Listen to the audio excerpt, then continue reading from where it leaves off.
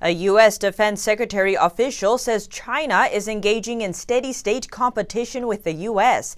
That means China's economic and military projections are challenging the U.S. on a global scale without armed or violent conflict. The Defense Secretary says China's leader is telling his army to prepare for war.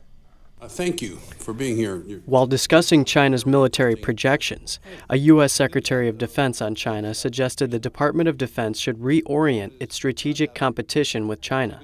A specialist on U.S.-Asia issues pointed out China's military and economic operations, which present a challenge for the U.S. You talked at some length about and responded in questions to the steady-state competition that we're in. And using your own term, I'd like to foot stomp this as well. I think the challenge is a daily one. It's urgent, it's multidimensional. The defense secretary said the U.S. must not wait and try to be prepared for a violent conflict with China, but must be aware that the conflict has already started as a result of China's peacetime preparations for war.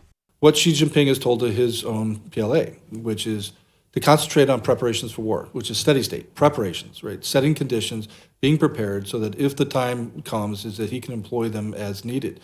The U.S.-China Security Review Commissioner noted the U.S. needs allies in order to confront China diplomatically and politically.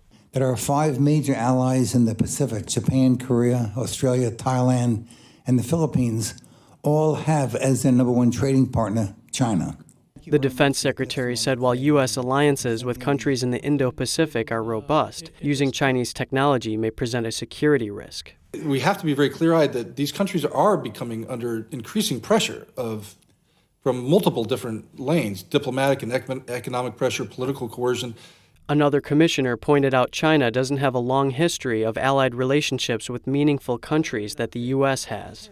I mean, their allied relationship seems to be more driven by coercion and fear than by common interest.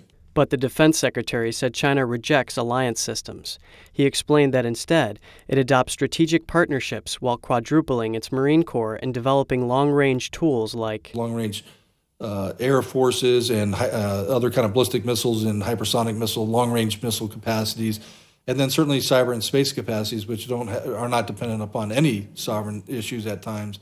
According to the defense secretary, China's ability to support infrastructure projects like One Belt, One Road creates competition for the U.S. outside of a hot warfare scenario.